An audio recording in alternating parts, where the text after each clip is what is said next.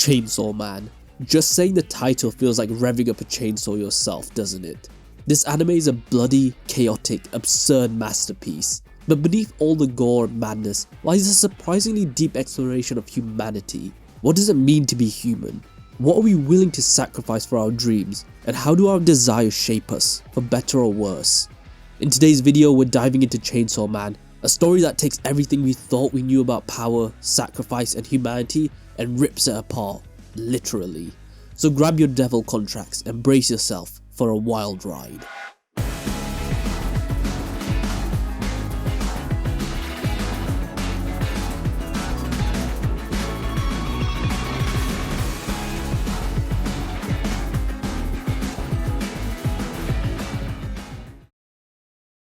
Let's start off with our lovable protagonist, Denji. Denji starts off his journey with one foot in the grave and the other in crippling debt. Honestly, his life is so tragic, it feels like the writers were playing misery bingo. Orphan? Check. Massive debt? Check. Missing a kidney, an eye, and a testicle? Check, check, and check. That's bingo. Denji isn't just struggling, he's barely surviving. His only friend? A little chainsaw devil named Pachita. They're basically the anime equivalent of man's best friend, except this dog has a chainsaw and doubles as a lethal weapon. This grim setup speaks to something universal. The desperation that comes from living in a world where everything is stacked against you. Denji's struggles, though exaggerated, mirror the harsh realities of people who live paycheck to paycheck or juggle multiple jobs just to keep their heads above water. Sure, most of us aren't selling organs to the Yakuza, but the emotional toll of financial hardship? That's painfully relatable. But here's where things get interesting. When Denji gains power, he doesn't suddenly aspire to grand ideals. No, I'll save the world, or I'll be the next pirate Hokage wizard king. His dream? To eat good food, sleep in a warm bed, and maybe, just maybe, touch some boobs. It's hilariously simple, yet it's what makes him so human. Unlike other shonen protagonists with grand ambitions, Denji's desires are grounded in survival and the pursuit of basic happiness. And honestly, can you blame him? Denji's story reminds us that sometimes it's okay just to want the small things. Not every hero needs to aim for the moon. Sometimes it's enough just to aim for a decent lunch. But as Denji starts ticking off his wish list, he realizes something. Satisfaction is fleeting. This taps into a deeper truth about humanity. How often do we tell ourselves, if I just had this one thing, I'd be happy? And then we get it, and the happiness fizzles out faster than a cheap sparkler. Denji's journey highlights the emptiness of chasing external validation and teaches us that true fulfillment often comes from something deeper. The question is, will Denji ever find that deep meaning? This idea explores a fundamental aspect of human nature, the relentless pursuit of happiness through external means. We often fall into the trap of believing that acquiring a particular object, achieving a specific goal, or attaining a certain status will finally bring us lasting joy. However, as Denji's experiences illustrate, this happiness is often fleeting. Once the initial excitement fades, we're left with a sense of emptiness, and the cycle begins anew. Denji's quest for external validation, whether through material possession or social recognition, highlights the futility of seeking fulfillment in external sources. His journey suggests that true contentment and meaning are not found in the acquisition of things, but rather in something more profound and intrinsic. The question that lingers is whether Denji would ever recognize this truth and discover a deeper sense of purpose and meaning in his life.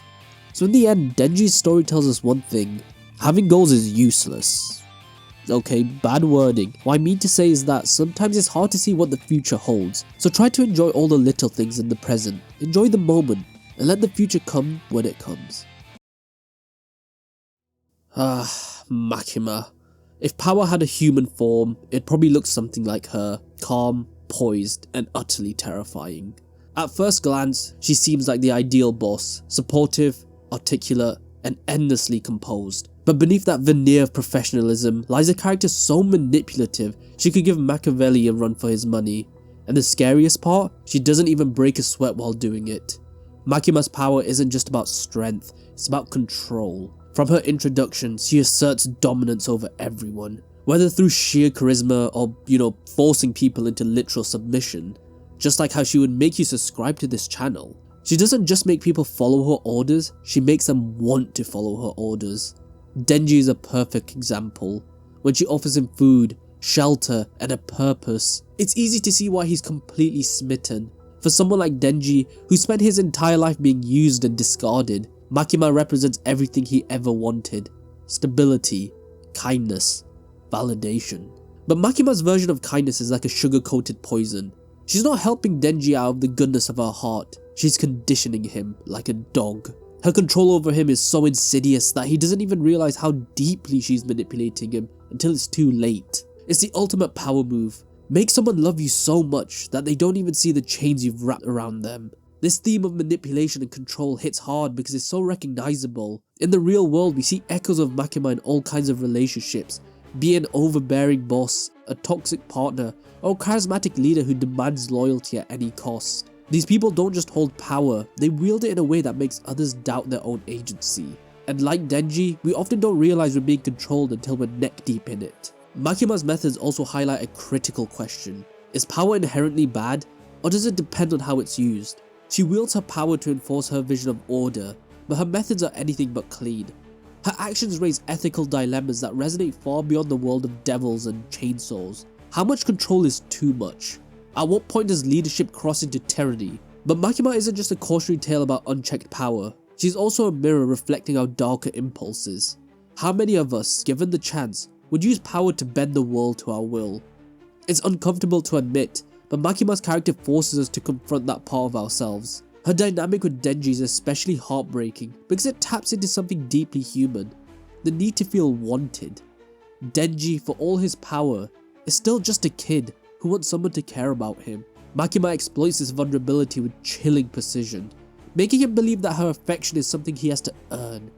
It's a devastating look at how easily people can be manipulated when they're starved for love and acceptance. But Chainsaw Man doesn't just stop at showing the dangers of power, it also explores what it means to reclaim it. Denji's journey is one of self-discovery and growing autonomy. As he starts to see through Makima's facade, he begins to understand the importance of agency, of making choices that aren't dictated by someone else's agenda. It's a painful process, but it's also incredibly cathartic. In many ways, Denji's struggle against Makima is symbolic of breaking free from toxic dynamics in real life. Whether it's walking away from a controlling relationship or standing up to an oppressive system, reclaiming your power is never easy. It's messy, it's painful, and it often feels like a losing battle. But as Denji shows us, it's also worth it. And let's not forget about the duality of power. While Makima uses her influence to control and manipulate, other characters like Aki and Power, the character Power in this case, shows us a different side of it. Their relationships with Denji are built on mutual respect and shared experiences, rather than coercion. Through these contrasting dynamics, Chainsaw Man makes it clear that power isn't inherently evil. It's all about how you use it. Makima's character leaves us with one final haunting question. What happens when power becomes an end in itself? Her actions are driven by a desire for absolute control, but in the process she loses touch with her humanity. It's a sobering reminder that power without empathy is a dangerous thing. So what's the takeaway here? Power, like a chainsaw, is a tool. In the right hands it can be used to create, protect, and build. In the wrong hands, it can destroy everything in its path. And if Makima's story teaches us anything, it's this. Be careful who you hand the chainsaw to. If there's one theme Chainsaw Man drills into your head with all the subtlety of a literal chainsaw, it's that survival isn't pretty. It's messy, brutal, and comes at a cost. Every character in this world has lost something. Family, dignity, limbs, even their sanity, in their fight to survive. And for Denji, this theme cuts deeper than most, because his entire life is built around this idea of survival. Think about where Denji starts. He's not trying to save the world or achieve some grand dream. He just wants to live long enough to eat some decent food, and maybe touch a girl's hand. On the surface, his motivations seem almost laughably small, but dig a little deeper and it's easy to see why. Denji's life has been so horrific, so devoid of basic human decency, that survival itself has become his biggest dream. As the series progresses, we see Denji's world expand. He gets a taste of something more: friendship, comfort, a sense of belonging. And suddenly, just surviving isn't enough. But here's the kicker: the more Denji gains, the more he has to lose. Every connection he forms, every step he takes towards living a normal life, comes with a price. Take Aki for example. The guy's a walking tragedy. He fights to protect the people he cares about, but every battle chips away at him. physically and emotionally. His contracts with devils, essentially selling parts of himself for power, are a perfect metaphor for the cost of survival. And yet, he keeps going, knowing full well that his fight will probably end with his death. Why? Because to Aki, survival isn't just about staying alive, it's about protecting what little good he has left in a cruel world. This idea of sacrifice for survival hits hard because it's so relatable, and something we'll get onto in our next section. In real life, survival isn't just about staying alive either. It's about holding on to the things that make life worth living.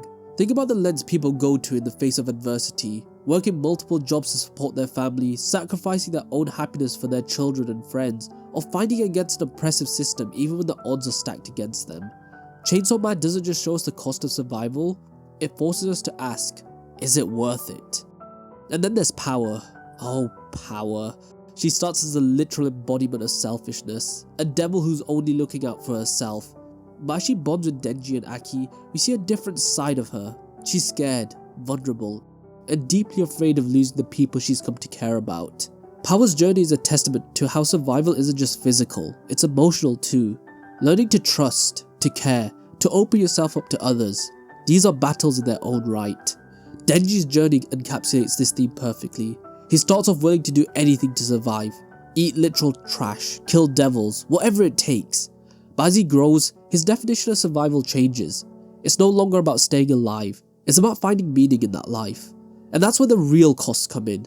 Because to truly live, you have to be willing to lose. Lose people, lose comfort, and sometimes lose parts of yourself. This idea hits especially hard in a world as unforgiving as Chainsaw Man's. The series doesn't sugarcoat the reality of survival. There's no triumphant victory where everyone walks away unscathed. Every win comes with a loss. Every battle leaves a scar. And yet, the characters keep going, because what's the alternative? Giving up? Letting the darkness win? In a way, Chainsaw Man is saying something deeply human here. Survival isn't heroic or glamorous. It's not the stuff of inspiring speeches or uplifting montages. It's ugly, painful, and often thankless. There's also what makes us human, the stubborn refusal to give up, even when the odds are against us. And let's not forget the moral cost of survival. Denji, Aki, Power, and the rest of the cast often have to make choices that blur the line between right and wrong. Is it okay to kill if it means protecting the people you love? How far would you go to stay alive?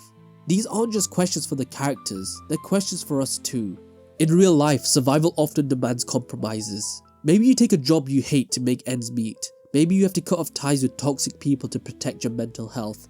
These decisions aren't easy, and they often leave us questioning if we did the right thing. Chainsaw Man doesn't offer easy answers, but it does remind us that survival is more than just about making it to the next day. It's about finding a reason to keep going, even when it hurts. And that brings us back to Denji. By the end of the series, he's lost so much it's hard to even call him the same person he was at the start. But he keeps going, not because he has to, but because he chooses to. And that's the real heart of Chainsaw Man. Survival isn't about enduring the pain, it's about finding something, anything worth living for. So yeah, survival might suck sometimes. It's hard, it's messy, and it's often unfair. But as Denji, Aki, and Power show us, it's also what makes life worth fighting for. After all, if you're not willing to fight for your survival, who will? And finally, following on from survival comes a somewhat related theme. Sacrifice is at the heart of Chainsaw Man. Every character gives up something, whether it's their safety, their dreams, or their lives, for the sake of a greater goal. But here's the truth, these sacrifices aren't always noble. They're horrible and painful and often feel unfair. Take Aki for example. His journey starts with a single-minded pursuit of revenge against the gun devil. But as he grows closer to Denji and Power, his motivations shift. He's no longer fighting for vengeance, he's fighting to protect the people he loves. Aki's story is a gut punch, but shows us that sacrifices isn't about losing something, it's about what you're willing to give up for others. So let's delve deeper into Aki and the profound theme of sacrifice. Aki's initial motivation is crystal clear, revenge against the gun devil for the devastation it caused to his family. This singular focus drives his every action, making him into a relentless and formidable devil hunter. However, his encounter with Denji and Power, two individuals as chaotic and unpredictable as they are endearing, gradually alters his perspective. As Aki spends more time with Denji and Power, he forms a bond with them that transcends their shared profession. He begins to care for them, to see them as more than just tools in his quest for vengeance. This emotional connection marks a turning point in his character arc. His motivations shift from a selfish desire for revenge to a selfless desire to protect those he's come to love. And now, some spoiler warnings for the manga, so skip to this time if you haven't caught up with it. Aki's final moments are tragic and ironic, as he dies at the hands of a person he loves. He chooses to give up his own life to save Denji and Power, the two people who have come to mean more to him than he would ever have thought. Aki's final scenes show an image of all he ever wanted, love and a family. He sacrificed everything he had in order to achieve that, and in the end, it was that same family that ended his life. It shows how even when you try your hardest to reach your goals, by sacrificing everything to achieve them, sometimes those sacrifices mean nothing in the end. Aki's story is a touching exploration of the true meaning of sacrifice. It's not merely about loss, but about what one is willing to give up for the sake of others. It's about choosing to put the needs of others before your own, even if it means sacrificing your own happiness, your own dreams, or even your own life. Then there's Himeno, whose sacrifice is as heartbreaking as it is selfless. She gives everything for her team, knowing full well that her efforts might not change the outcome. It's a brutal reminder that sacrifices don't always lead to victory, but they're still worth making. In real life, we see sacrifices like this all the time. Parents working endless hours to give their kids a better life, or friends dropping everything to help someone in need. These sacrifices might not always lead to big dramatic payoffs, but they matter. The narrative of Himeno is a poignant illustration of this selflessness and sacrifice. Her unwavering dedication to the team, even in the face of potential futility, underscores a profound truth. The value of sacrifice transcends the outcome. It's a sobering reminder that even when sacrifices don't result in victory, they remain meaningful and impactful. This theme resonates deeply with the human experience, where acts of sacrifice are woven into the fabric of everyday life. These acts of selflessness, while not always resulting in grand and visible triumphs, are nonetheless essential to the human spirit. They embody empathy, compassion, and the interconnectedness that binds us together. In essence, the message conveyed by Himeno's sacrifice and its real-life parallels is that the true worth of sacrifice lies not in its ability to guarantee success, but in its intrinsic value as an expression of love, dedication, and humanity. It's a testament to the fact that even when the odds are stacked against us, the choice to give ourselves for the betterment of others is a noble and worthwhile pursuit. But Chainsaw Man also challenges us to think critically about sacrifice. When does it all become self-destructive? How do we know when we're giving too much? Aki and Himeno's stories remind us that while sacrifices is often necessary, it's important to recognize your limits. After all, you can't help anyone if you burn yourself out completely. So, what does Chainsaw Man ultimately teach us? Beneath all the chaos, the gore, and the unrelenting insanity lies a story that hits surprisingly close to home. It's a reminder that life is messy and survival isn't always pretty. Denji's journey, Makima's needs, Power's transformations, and the many sacrifices show us that living is about more than just staying alive. It's about finding purpose, forging connections, and holding on to the things that make it all worthwhile, no matter how painful or fleeting they may be. But Chainsaw Man doesn't sugarcoat the truth. Living life is hard, physically, emotionally, and morally. It forces us to confront the uncomfortable questions about what we're willing to lose and how far we're willing to go to keep moving forward. And maybe that's why this series resonates so deeply. We've all had moments where life feels overwhelming, where just getting through the day feels like a battle. But like Denji, we keep going, not because it's easy, but because there's always something, however small, worth fighting for. At its core, Chainsaw Man reminds us that living life isn't about perfection or grandeur.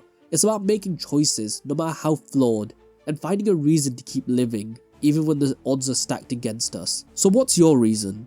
What's your chainsaw? The thing that drives you forward, no matter how tough life gets. Let's talk about that in the comments. And hey, if you're feeling like life's a bit of a grind, maybe take a page out of Denji's book. Find the small joys, treasure the connections, and keep fighting. Because as messy and chaotic as it is, life is still worth it.